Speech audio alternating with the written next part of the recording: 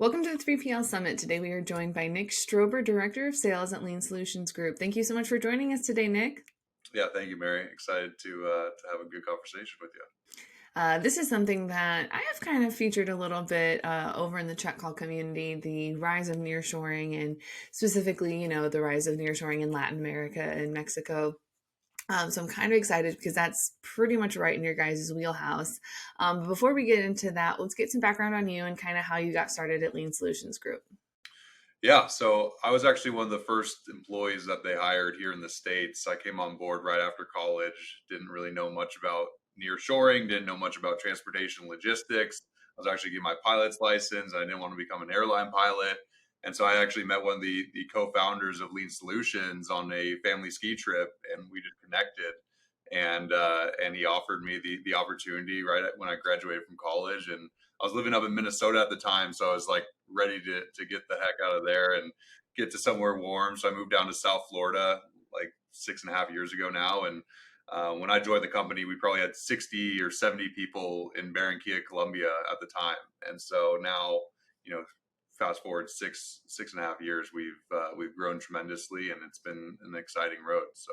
But how has this trend towards nearshoring kind of impacted the 3PL industry specifically in the last few years? And kind of like what challenges, if there have been any, have been presented to logistics providers?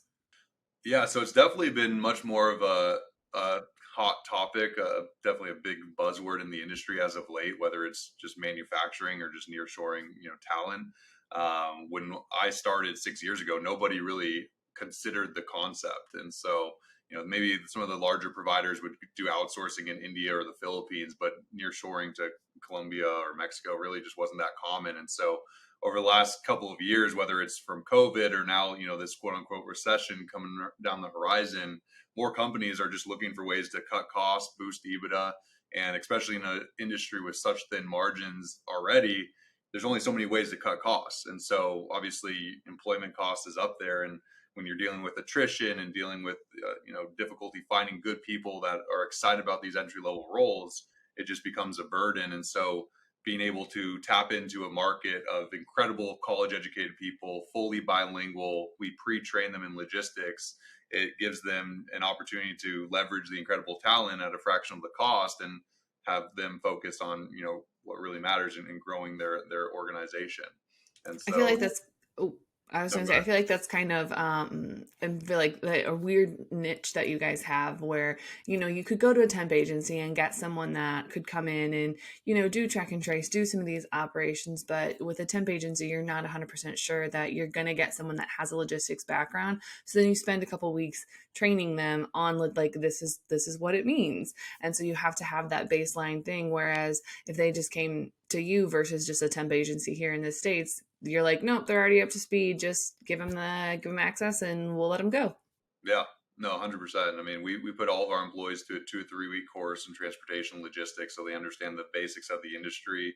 And then we really rely on our customers to come in and treat them just as a normal employee. So whatever training and whatever culture that they have here in the States, we want to emulate that down in Latin America and make them feel like they're a part of the organization. So I have a ton of customers now. We work with around 550 U.S. transportation logistics companies, ranging from very large to small, and they've all kind of grasped this concept of like, okay, I'm going to make this my own office. So if you walk in any of our facilities, you see our customers' logos outside the door, their company colors all throughout the office, employees wearing their T-shirts, and they really feel like you're walking into a Chicago brokerage or whatever it may be. So it's definitely, we found a niche space that really worked, and being that we were kind of but based on the fact that we were kind of first to market, we've been doing this for around 10 years now, so we've really found what works and what doesn't. And so it puts us in a really good spot to partner with all the top companies in the space, and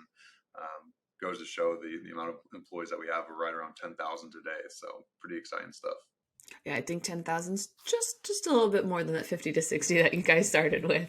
I know that I worked at a company that had some that utilized your guys' services, and it was really nice because I literally it was just like they were sitting in the office with me. They just happened to not be at our location, so it was like just talking to anyone at any branch, and I would just message them like, hey, like, can you check on this for me really quick or whatever I needed them to do? And it was like seamless. It was just like I didn't know that they were even in a different country. And so that was always really nice. They were also the nicest people. So you guys hire some very nice people.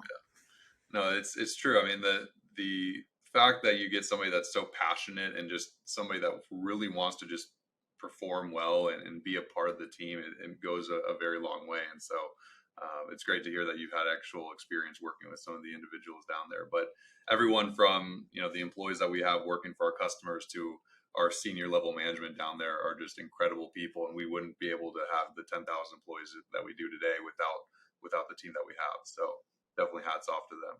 So I guess when it comes to, you kind of touched on it a little bit. It's no secret that there's a labor shortage here. It's hard to find qualified people, and if you find someone, you might have to train them on logistics, and that takes a lot of time eating into, the productive things that they can do. Is this really a time where, maybe it would be nice to look at some of those positions that you can outsource out and free up the people who are maybe currently doing those positions to move into other positions? Like, is this a good time to really take a look at your workforce and say, all right, well, what can I have the limited resources that I do have, because there's not a lot of talented candidates in the applicant pool. Is this really kind of a time to look at some of those and go, maybe I need to have some conversations with people and work on some career advancement to free up some of these positions so I can outsource them? Yeah, no, it definitely is. I mean, and even when we started years ago, that was always the concept. It was always to say, hey, look, you don't want your revenue producers focusing on non-rev functions. And so if you could build a team of people that cared about those entry level roles that could take off that workload from your revenue producer, not only are they going to be more successful, but you're going to have somebody that's going to be able to be excited about the opportunity and get the work that needs to be done. And so, I mean, obviously with everything that's happened with COVID and now this recession, it's all eyes are on the bottom line right now. And so if you guys can find ways, or if companies can find ways to cut costs and allow their revenue producers to be focused on what they really want to be doing, there's no better time than now to look at our model. And I know you go on LinkedIn, everyone's talking about nearshoring right now. So it's become super common. Companies are trying to do it themselves. Companies are popping up, kind of doing what we do, and it is what it is. But it's definitely something that everyone should consider. But then also, when you do consider it, you want to find the right partner. You want to find a long-term partner that can really help you expand into these markets and find the right people without dealing with a lot of these issues that some of these newer companies are starting to deal with. Speaking of some of these outsourced positions, what are the most common positions or the most common tasks and roles that you guys, find people for? Yeah, so definitely the tracking and tracing, the dispatching, the night and weekend coverage. We have a couple different divisions now, so we have an entire technology arm where we're providing back end, front end resources, programmers, help desk specialists, you name it. But really, like our main focus has always been in kind of those entry level roles, whether it's customer service or POD retrieval, ARAP. But then as time has gone on and our customers are able to work more and more with these individuals in Latin America, you start to realize that these people are studs down there. And so if you could have somebody that's promoted into a manager that's managing a team of 150 people or 200 people, there's no reason why you wouldn't do that. And same thing with different roles that we've started to fill, whether it's on the global forwarding side, like the ISF filing or import export documentation, or now with capacity being tight over the last couple of years, carrier sales has been a super popular role. So it's definitely a mixture of positions, but it's always kind of going back to like what we were talking about earlier. It's finding those menial tasks that need to be completed, but you don't want somebody here in the States doing, or if you do have somebody here in the States doing it, you want to try to promote them or give them new opportunities and have somebody in Latin America handle kind of those back office functions. So, what are some of the potential risks and challenges that come with having an office in Latin America, or outside of their main offices? So, like, is it just kind of the whole, oh, I wish they were here right now, so it makes it easier to train them, or whatever? Like, what are some of those big challenges that that we start with? So that was always like the biggest objection that we'd have is like, hey, I want my people here in office, And then when COVID happened, people realized that, hey, I can have people working from their house, I could have people working from different offices, and you're probably getting even better output out of those individuals. And so that's really been a big push for us, because we've been saying, hey, look, we've been setting up satellite offices for our customers for years now. This is kind of a turnkey solution where you can come in and build out this team and not be dealing with those same sort of issues. And so the biggest issue that we run into is just not being prepared and not being ready to really like jump fully into this near shoring process. So like if you kind of, half-ass it, let's just say, excuse my language, but if you just half-ass this and just say, hey, we're going to set this team up and then kind of forget about them, it's not going to work to its full potential. If you treat this satellite office through Lean Solutions no differently than any of your other satellite offices that you have throughout the US, you're going to get incredible results. So you're going to find a manager down in Latin America that's going to be managing your team. You're going to build out that supervisor level, the team leaders and entry level. So you build this hierarchy no differently than if you were to set up a satellite office, in Miami, Florida. It's that same concept. And so we've been taking that approach. And I mean, every single week, every single day, we have customers that are flying to Colombia, flying to Guatemala, flying to Mexico, working with their team members and making them feel like a part of the organization. And that's how we've been able to succeed and grow at such a rapid rate. So that's definitely been the main issue that we've run into, is kind of getting customers that are kind of 1 foot in, 1 foot out. They experience one issue and then they make it a huge deal, bigger than it needs to be, and then it just kind of backfires. So as long as you get the full buy-in from the entire team and you say, hey, we're going to make this work, the proof is in the pudding. I mean, we're going to make this work as much as we possibly can, but it's got to be from the customer side as well.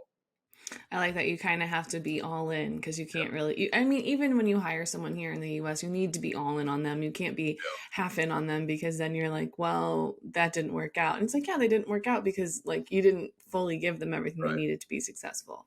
Yeah. So looking to the future, what would you like to see nearshoring specifically in regards to like staffing and, not just manufacturing? What would you like to see this turn into in the next 5 years?